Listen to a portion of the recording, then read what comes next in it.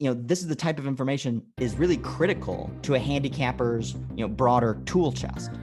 We can see how the Bears performed versus market expectations over the course of the 2020 season. And that's using the super contest data as a proxy. So let's hit the opening bell.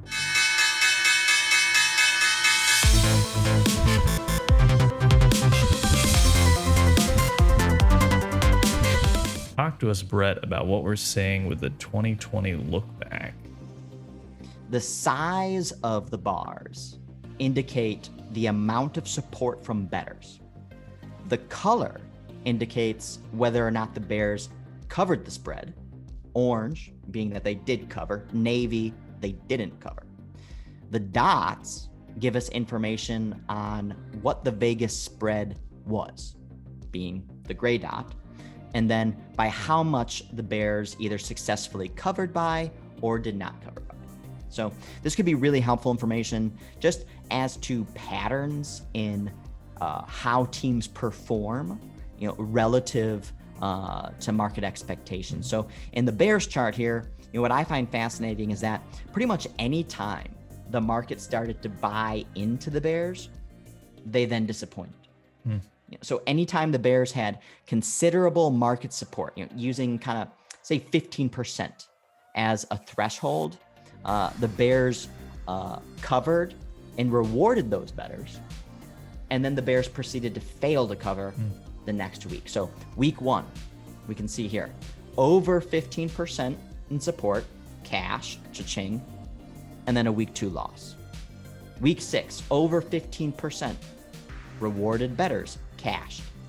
Week 7 loss. Week 8, over 15%, rewarded bettors, cash. Week 9 loss. Week 16, over 15% support, rewarded bettors, cash. Week 17 loss. You could see the market narrative on the Bears in advance leading up to, let's say, week 14 versus the Texans, right? So if we look at the chart, this kind of later in the season after the bye, people were on the Bears, then they lost. They went down a little bit, went down even further. And that's the moment when they destroyed the Texans. And the reason they kept going down is because obviously expectations were not being met. That's why these kind of numbers are important, is anticipating what the market's not anticipating.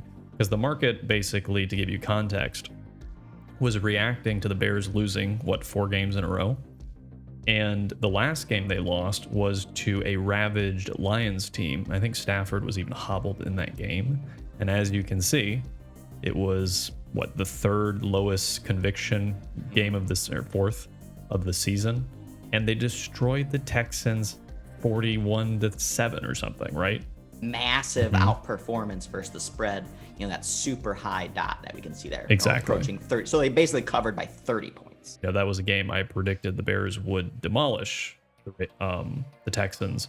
But the reason I had that kind of conviction in that scenario was because the market was so oversold on the Bears that they neglected that the Bears actually played very well versus the Lions, except for basically the final quarter. We rewatch all of these games every week. That's where kind of fundamentally we kind of gather these insights. But then obviously here we have a chart demonstrating these actual technicals as well. And you talk about the way you frame that issue is really sharp, because what it is talking about is balancing a fundamental perspective on the team with complemented by those market-oriented observations. You used a great word, which is oversold. All right, so you saw the fundamental kind of leanings that could suggest that maybe, so the team isn't as bad as the market suspects. And we can see when looking at market data that the market has abandoned the Bears.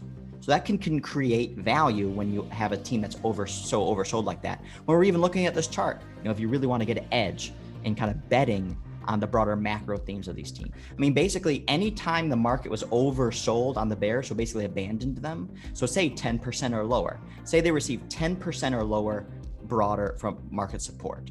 We can see it only happened a few times, 3 and 1.